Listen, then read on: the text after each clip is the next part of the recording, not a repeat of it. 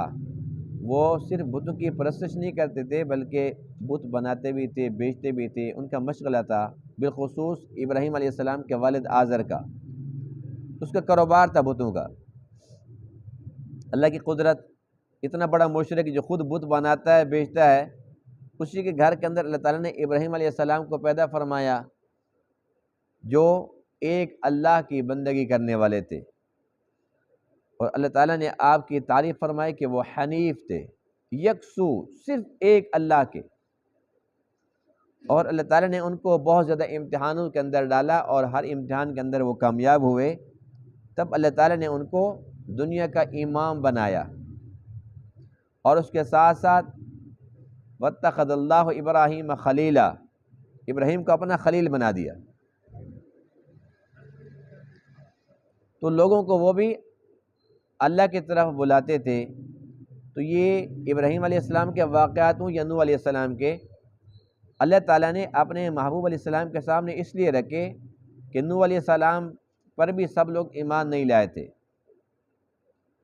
ان کی تکذیب کرنے والے زیادہ تھے۔ ابراہیم علیہ السلام کی تکذیب والے زیادہ تھے، ماننے والے کم تھے۔ تو اللہ نے اپنے محبوب علیہ السلام کو تسلی دی ہے کہ آپ پر بھی ایمان لانے والے کم ہیں، اور مشرکین کی، کفار کی تعداد زیادہ ہے۔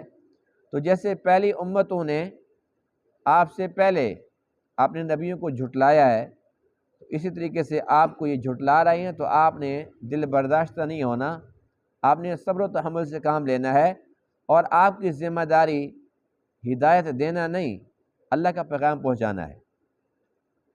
ہدایت تو اللہ تعالیٰ کے اختیار میں ہے۔ تو جو بندہ نبی کی بات مانے گا تو اس کا اپنا فائدہ ہے، نہیں مانے گا تو پیغمبر بری ذمہ ہے۔ قیامت کے دن پیغمبر سے نہیں پوچھا جائے گا۔ پیغمبر کی ڈیوٹی، اللہ کے رسول کی ڈیوٹی، اللہ کے نبیوں کی ڈیوٹی فقط اللہ کا پیغام پہنچانا ہے۔ آگے ہر بندے کو اللہ تعالیٰ نے دماغ دیا ہے، وہ خود اس کو قبول کرے گا تو اس کا فائدہ ہے، اگر قبول نہیں کرے گا تو اس کا اپنا ہی نقصان ہوگا۔ وَلَقَدْ أَرْسَلْنَا نُوحًا إِلَىٰ قَوْمِهِ، اور البتہ تحقیق ہم نے رسول بنا کر بھیجا نوح علیہ السلام کو، الی قومی، ان کی قوم کی طرف۔ فلبث فیہم، آپ ٹھہرے رہے ان لوگوں کے اندر، الف سنۃ، 1000 سال، الا 50 عاما، مگر 50 سال، یعنی 50 سال کم 1000 سال، یعنی کہ 950 سال آپ لوگوں میں ٹھہرے رہے، آپ نے تبلیغ فرمائی۔ فَأَخَذَهُمُ الطُّوفَانُ، پس ان لوگوں کو طوفان نے پکڑا، وَهُمْ ظَالِمُونَ، اور وہ ظلم کرنے والے تھے۔ فَأَنْجَيْنَاهُ، پس ہم نے نوح علیہ السلام کو نجات عطا فرمائی، وَأَصْحَابَ السَّفِینَةِ، اور جو کشتی والے تھے ان کو بھی نجات عطا فرمائی، وَجَعَلْنَاهَا آیَةً لِلْعَالَمِینَ، اور ہم نے اس کشتی کو بنا دیا نشانی تمام جہان والوں کے لیے۔ وَإِبْرَاہِیمَ، اور ابراہیم علیہ السلام کو بھی نبی بنا کر بھیجا، اذ قال لقومہ اعبدوا اللہ، جب آپ نے اپنی قوم سے فرمایا کہ تم اللہ تعالیٰ کی عبادت کرو، واتقوہ، اور تم اس سے ڈرو، ذالکم خیر لکم، یہ تمہارے حق میں بہتر ہے، ان کنتم تعلمون، اگر تم کچھ علم رکھتے ہو۔ انما تعبدون من دون اللہ اوثانا، اور آپ نے یہ بھی فرمایا اپنی قوم سے کہ بے شک تم عبادت کرتے ہو اللہ کو چھوڑ کر اوثاناً بتوں کی، وَتَخْلُقُونَ إِفْكًا اور تم جھوٹ گھڑتے ہو، ان الذین تعبدون من دون اللہ بے شک جن کی تم اللہ کے علاوہ عبادت کرتے ہو، اللہ کو چھوڑ کر جن کی عبادت کرتے ہو، لا یملکون لکم رزقا وہ تمہارے لیے رزق کے مالک نہیں ہیں، فابتغوا عند اللہ الرزق بس تم تلاش کرو اللہ کے پاس رزق، اس لیے کہ رازق اللہ کی ذات ہے، وَاعْبُدُوهُ اور تم اس کی عبادت کرو، وَاشْكُرُوا لَهُ اور تم اس کا شکر بجا لاؤ، الیہ ترجعون اسی کی طرف تم سب کے سب لوٹائے جاؤ گے، وَإِن تُكَذِّبُوا اور اگر یہ لوگ تکذیب کریں جھٹلائیں، فَقَدْ كَذَّبَ أُمَمٌ مِّن قَبْلِكُمْ تو پس تحقیق جھٹلایا پہلی امتوں نے بھی، تم سے پہلے جو امتیں گزری ہیں انہوں نے بھی جھٹلایا، وَمَا عَلَى الرَّسُولِ اور نہیں ہے رسول کی ذمہ داری إِلَّا الْبَلَاغُ الْمُبِينُ مگر واضح طور پر پہنچا دینا، اللہ کا پیغام پہنچانا رسولوں کی یہ ڈیوٹی ہے۔ اولم یرو کیا آپ نے دیکھا نہیں، اولم یرو کیا ان لوگوں نے دیکھا نہیں، کیف یبدئ اللہ الخلق کیسے اللہ تعالیٰ نے مخلوق کی ابتدا فرمائی، کیسے پہلی مرتبہ اللہ تعالیٰ نے پیدا فرمایا، ثم یعیدہ پھر اس کو لوٹائے گا، ان ذلک علی اللہ یسیر بے شک یہ بات اللہ پر بڑی آسان ہے، قل آپ فرما دیجئے سیروا فی الارض تم چلو پھرو زمین میں، فانظروا بس تم دیکھو، کیف بدأ الخلق کیسے اللہ تعالیٰ نے مخلوق کی ابتدا فرمائی، ثم اللہ ینشئ النشأۃ الآخرہ پھر اللہ تعالیٰ دوسری مرتبہ ان کی اٹھان اٹھائے گا، یعنی کہ جیسے پہلی مرتبہ پیدا فرمایا ایسے پھر دوبارہ ان کو پیدا فرمائے گا، جب پہلا سور پھونکا جائے گا تو ہر ایک چیز پر فنا، پھر جب دوسرا سور پھونکا جائے گا تو پھر سب کے سب زندہ، ان اللہ علی کل شیء قدیر بے شک اللہ تعالیٰ ہر چیز پر قادر ہے، یعذب من یشاء عذاب دیتا ہے جس کو چاہتا ہے، ویرحم من یشاء اور رحم کرتا ہے جس پر چاہتا ہے، وإلیہ تقلبون اور اسی کی طرف تم لوٹائے جاؤ گے، اس کا دوسرا ترجمہ ہے کہ اسی کی طرف تم بلائے جاؤ گے، یعنی سب نے اللہ کے پاس ہی حاضر ہونا ہے، وما انتم بمعجزین اور تم نہیں ہو عاجز کرنے والے، فی الارض ولا فی السماء زمین میں اور نہ آسمان میں، اللہ کا کون مقابلہ کر سکتا ہے، کوئی بھی نہیں کر سکتا، وما لکم من دون اللہ اور نہیں ہے تمہارے لیے اللہ کے علاوہ، من ولی ولا نصیر کوئی یار و مددگار، والذین کفروا بآیات اللہ اور وہ لوگ جنہوں نے کفر کیا انکار کیا اللہ کی آیات کا، ولقائہ اور اس کی ملاقات کا، اولئک یئسوا من رحمتی یہی وہ لوگ ہیں جو میری رحمت سے نا امید ہوں گے، واولئک لہم عذاب علیم اور یہی وہ لوگ ہیں جن کے لیے دردناک عذاب ہوگا۔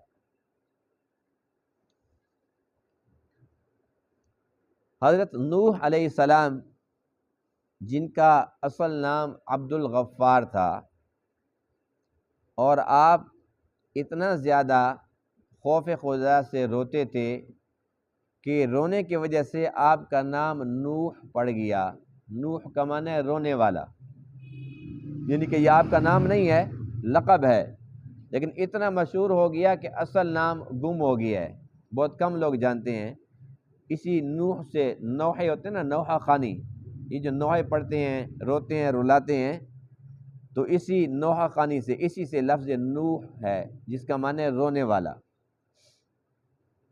جب آپ 40 سال کی عمر کو پہنچے تو آپ کو نبوت عطا ہوئی، جیسے کہ اللہ تعالیٰ کا قانون اور ضابطہ یہی رہا ہے کہ 40 سال کی عمر میں اللہ تعالیٰ نے تمام نبیوں کو نبوت عطا فرمائی سوائے چند ایک کے، جیسے عیسیٰ علیہ السلام اور یحییٰ علیہ السلام، یعنی ان کو بچپن کے اندر ہی نبوت مل گئی، باقی جو نبی تھے 40 سال کی عمر میں، یہاں تک کہ حضور علیہ السلام کی بھی عمر مبارک جب 40 برس ہوئی تو آپ کو نبوت عطا ہوئی ہے، تو 40 سال کی عمر میں آپ کو نبوت ملی، پھر 950 سال آپ نے تبلیغ فرمائی، تو کل کتنے ہو گئے جی 990 ہو گئے، ٹھیک ہے، 990 سال. اور جب اب 990 سال کے ہوئے اس کے بعد پھر طوفان آ گیا. طوفان کے اندر جو آپ کے ساتھ کشتی میں سوار ہوئے وہ بچ گئے، انسان تھے یا جانور تھے، اور باقی سب کے سب ختم ہو گئے. جتنے نافرمان تھے وہ سب کے سب طوفان کے نظر ہو گئے. اس طوفان کے بعد پھر آپ 60 سال تک زندہ رہے. تو پہلے کتنی عمر گزر چکی تھی؟ 990 میں 60 جمع کرو، 1050. تو یہ آدم علیہ السلام کی عمر سے بھی زیادہ ہے. آدم علیہ السلام کی عمر 1000 سال تھی اور نوح علیہ السلام کی 1050 سال. یعنی کہ تمام نبیوں میں سب سے زیادہ عمر پانے والے نوح علیہ السلام. اور ان کے صبر کی انتہا دیکھیے، 950 سال کہنا بڑا آسان ہے، یعنی کہ 9 صدیاں گزر گئی، 9.5 صدیاں گزر گئی، ایک ہی بات کہتے کہتے. ایک اللہ تعالیٰ کی عبادت کرو، وہ وحدہ لا شریک ہے، میں اس کا نبی ہوں. ایک بات اتنے عرصے تک آپ نے فرمائی، لیکن 950 سال میں کل 80 یا 82 لوگ مسلمان ہوئے. اتنی محنت، اتنا لمبا عرصہ، اتنا بڑا دورانیہ، اور جمع پونجی 80-82. تو بتائیے کہ آپ کو کتنی تکلیف ہوتی ہوگی کہ انہیں کے بھلے کی بات کرتا ہوں، اتنے عرصے سے کر رہا ہوں، لیکن یہ ماننے کے لیے تیار ہی نہیں ہے.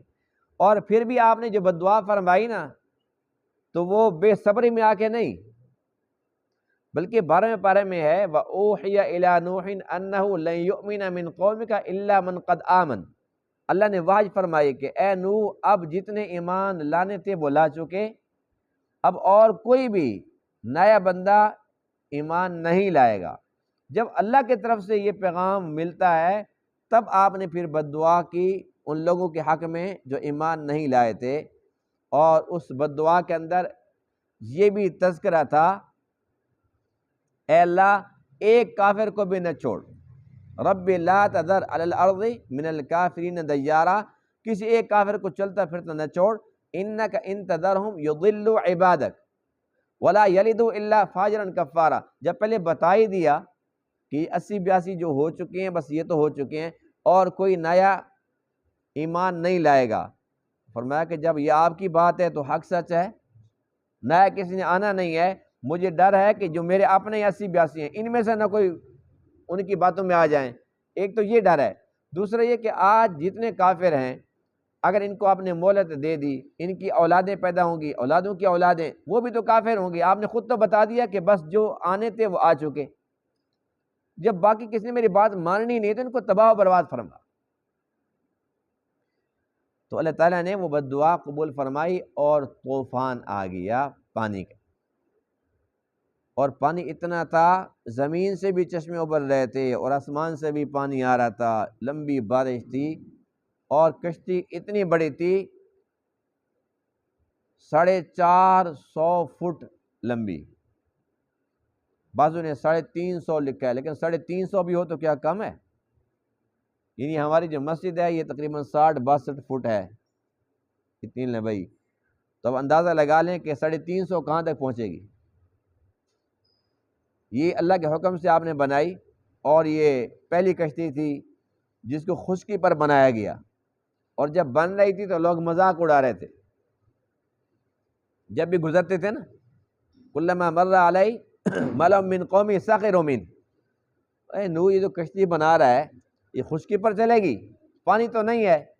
تو آپ فرماتے تھے کوئی بات نہیں، ان تسخروا منا فانا نسخر منکم کما تسخرون. آج تمہاری باری ہے، تم باتیں کرو، میں تو رب کے حکم سے بنا رہا ہوں، پانی بھی وہی بھیجے گا اور پھر ہم تم سے پوچھیں گے.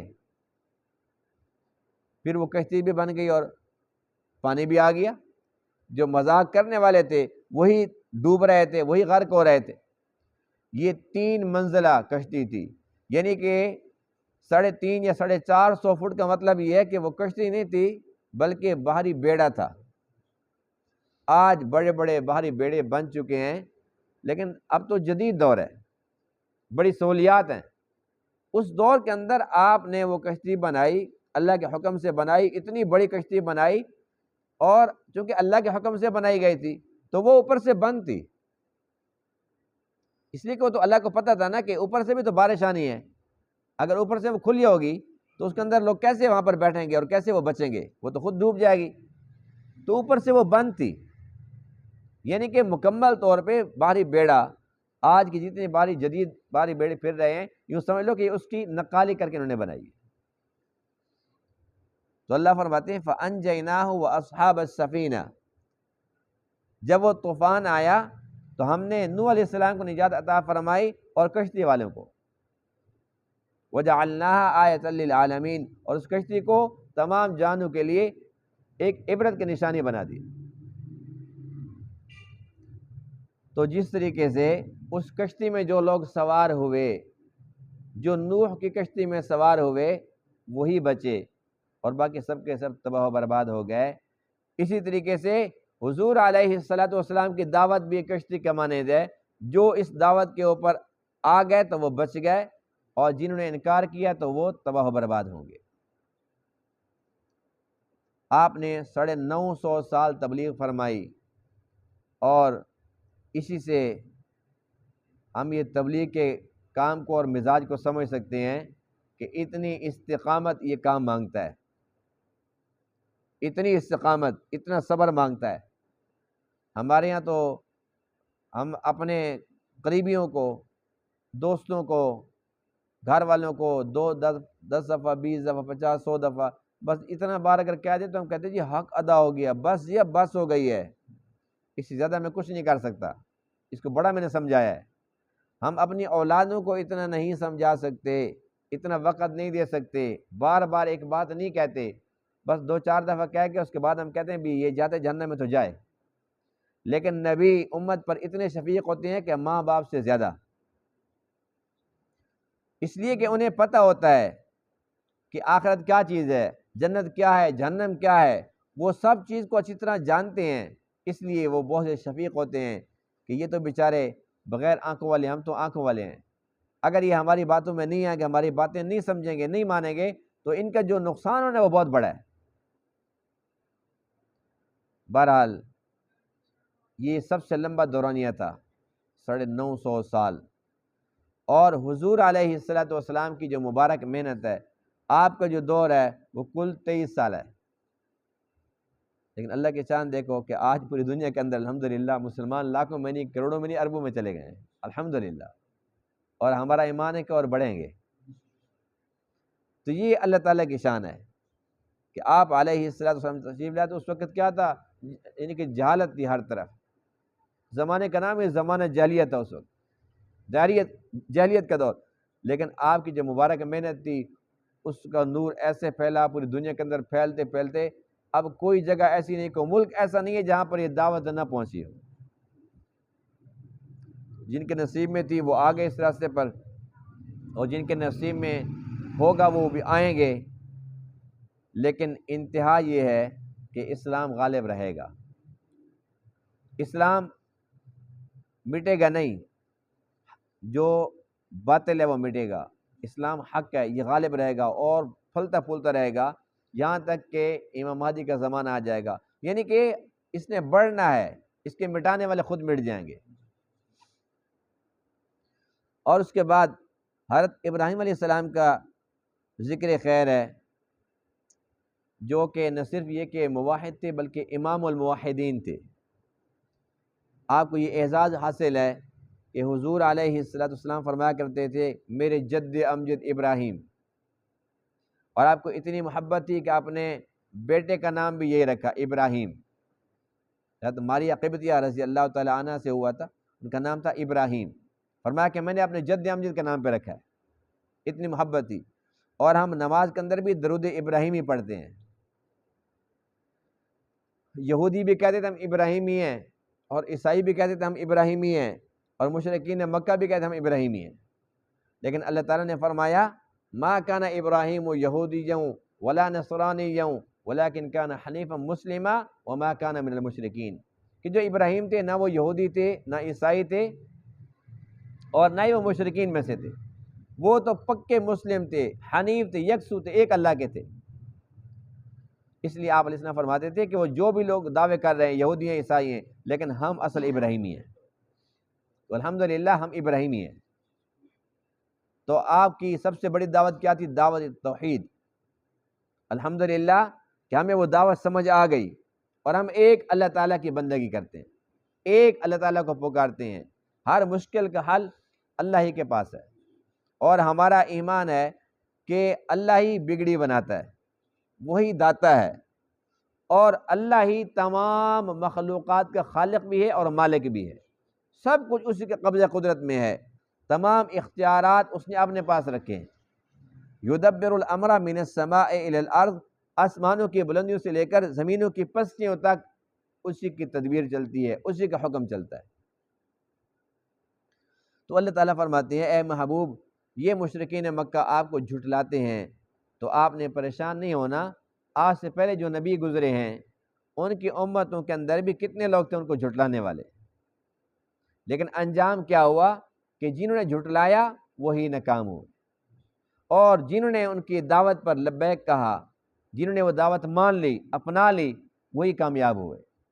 تو آپ کے ارد گرد جتنے بھی لوگ ہیں جو آپ کی بات مانیں گے وہی کامیاب ہوں گے۔ آپ کی ذمہ داری منوانا نہیں ہے، ہدایت آپ کے اختیار میں نہیں ہے۔ وما علی الرسول الا البلاغ المبین، فرمایا کہ رسول کے ذمے واضح طور پر پہنچا دینا ہے، یعنی اللہ تعالیٰ کا پیغام پہنچانا ہوتا ہے رسول نے۔ اب قیامت کے دن اللہ تعالیٰ آپ علیہ السلام سے نہیں پوچھیں گے کہ اے میرے محبوب ابو جہل جہنم میں کیوں چلا گیا، اس نے اسلام کیوں قبول نہیں کیا؟ بس آپ کا کام تھا پیغام پہنچا دینا۔ ابو جہل خود ذمہ دار ہے، اسی سے پوچھا جائے گا کہ دعوت قبول کیوں نہیں کی تھی۔ اللہ فرماتے ہیں وَلَا تُسْأَلُ عَنْ أَصْحَابِ الْجَحِيمِ، جو دوزخ والے ہیں ان کے متعلق آپ سے نہیں پوچھا جائے گا۔ جو دوزخی ہیں اللہ تعالیٰ خود ان سے پوچھے گا مَا سَلَكَكُمْ فِي سَقَرَ، تمہیں دوزخ کے اندر کس چیز نے ڈالا ہے؟ قَالُوا لَمْ نَكُ مِنَ الْمُصَلِّينَ، وہ کہیں گے جب نماز نہیں پڑھتے تھے۔ وَلَمْ نَكُ نُطْعِمُ الْمِسْكِينَ، مسکینوں کو کھانا نہیں کھلاتے تھے۔ وَكُنَّا نَخُوضُ مَعَ الْخَائِضِينَ، اور ہم فضول باتوں کے اندر گھسے رہتے تھے۔ وَكُنَّا نُكَذِّبُ بِيَوْمِ الدِّينِ، اور ہم اس قیامت کے دن کو جھٹلاتے تھے، انصاف کے دن کو جھٹلاتے تھے۔ حَتَّى أَتَانَا الْيَقِينَ، یہاں تک کہ اب ہمیں یقین آ گیا۔ تو بات یہ ہے کہ جو جہنمی لوگ ہیں اللہ تعالیٰ خود ان سے پوچھے گا۔